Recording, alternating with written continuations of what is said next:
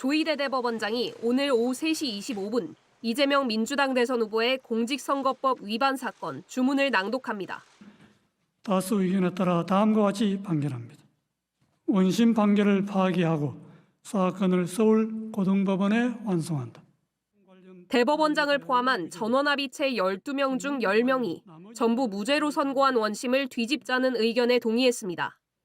반면 문재인 정부 시절 임명된 2명의 대법관은 무죄 취지의 반대 의견을 냈습니다. 이 사건의 쟁점은 이 후보가 지난 대선에서 거짓말로 유권자의 판단에 영향을 줬다고 볼 수 있는지였습니다. 대법원 전원합의체는 지난 대선을 앞두고 2021년 당시 이재명 후보가 김문기 전 처장과 골프를 쳤다는 게 조작됐다고 한 것과 국토부 협박 때문에 백현동 부지 용도를 변경했다는 발언이 허위사실 공표에 해당한다고 봤습니다. 결론적으로 피고인 김문기 관련 발언 중 골프 발언 부분과 백현동 관련 발언 부분은 공직선거법 제250조 제1항의 허위사실 공표죄에 해당한다는 것이 대법원의 다수 의견입니다. 1심에서 유죄로 판단한 부분 그대로입니다. 후보자의 표현이 허위사실 공표에 해당하는지 판단할 때 선거인의 관점에서 봐야 한다는 1심의 논리도 똑같이 적용됐습니다. 허위의 사실을 공표한 것인지는 표현의 객관적 내용과 전체 취지, 사용된 어휘의 통상적인 의미, 문구 연결 방법 등을 종합적으로 고려하여 그 표현이 선거인에게 주는 전체적인 인상을 기준으로 판단하여야 합니다. 발언 당시 상황이나 전체적 맥락을 보고 일반 선거인이 어떻게 이해할지를 따져야 한다는 겁니다. 대선을 33일 남겨둔 시점에서 나온 파기환송에 이 후보의 변호인들은 당혹스러운 표정으로 대법정을 빠져나갔습니다. 오늘 대법 선고 결과에 대해서 좀 조금 생각 좀 해보고요. 저희가 할 말 없습니다. 이날 선고로 이 후보는 이 사건으로 다시 서울고등법원에서 재판을 받게 됐습니다. 대법원이 유죄 취지로 사건을 돌려보냈고 양형을 언제 어떻게 판결할지는 고법재판부가 판단하게 됩니다. 1심은 당선 무효형인 징역 1년에 집행유예 2년을 선고했었습니다. JTBC 김혜리입니다. 대법원은 이례적으로 속도를 내며 사건 접수 34일 만에 결론을 내렸습니다.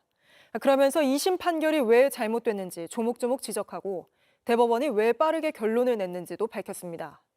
이런 대법원의 영향으로 파기환송심도 속도를 낼 수밖에 없다는 분석이 나오는데 연주환 기자가 보도합니다. 조희대 대법원장을 포함한 12명의 전원 합의체는 파격적인 속도로 심리를 진행해왔습니다. 사건 접수 34일 만에 선고한 건데 전원 합의체 회부로 시점을 따지면 선고에 9일이 걸렸습니다.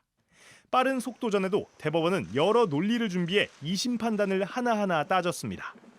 골프 발언이 김문기 씨를 모른다는 발언의 보조 논거였다는, 즉 발언을 여러 개로 쪼개 판단했던 2심의 기준부터 깼습니다.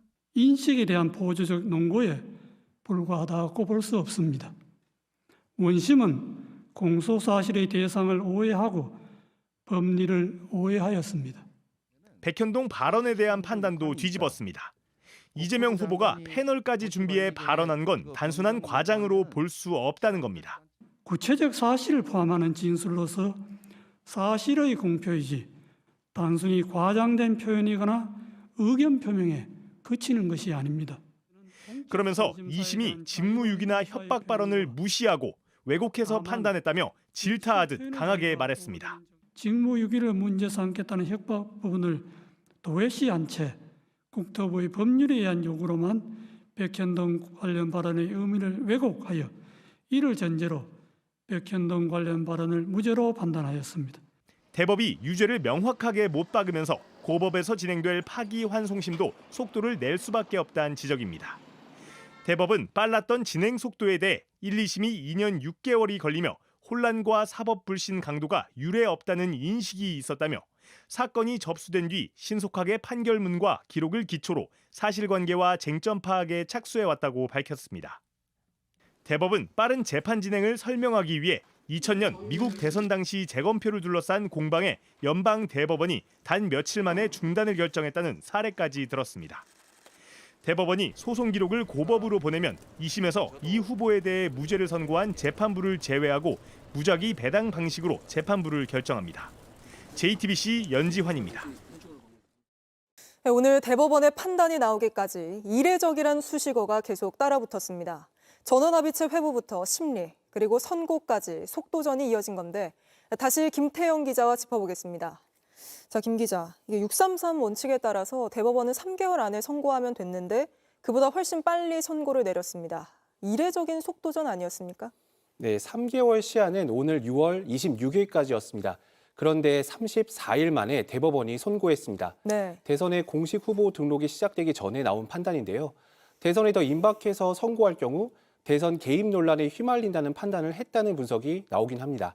하지만 전원합의체의 회부부터 심리, 그리고 선고까지 이례적인 속도전을 펼친 데다 그 결과가 유죄 취지 파기환송이기 때문에 대법원이 대선의 한가운데에 뛰어들었다는 지적을 피하기는 어려워 보입니다. 아무래도 2심 무죄 판결을 완전히 뒤집은 거라 더욱 그런 지적이 나올 수 있을 것 같습니다. 두 차례 심리 만에 판결을 뒤집은 거잖아요.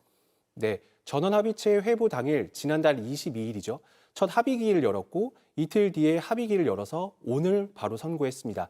결과적으로 보면 여러 가지 쟁점이 있는 데다 대선 후보에 대한 선고라는 무게감 있는 사건인데요. 두 차례 심리 만에 사실상 다수결로 결정을 한 셈입니다. 대법원 역시 이런 지적이 나올 걸 의식했을 것 같은데요. 그래서인지 보도자료를 보면 신속 처리의 의미에 대해서 상당히 길게 설명을 했습니다.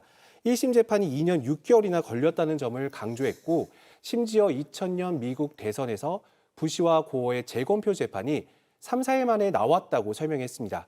25년 전 미국 재판 사례까지 꺼내와서 신속한 재판의 정당성을 부각한 겁니다.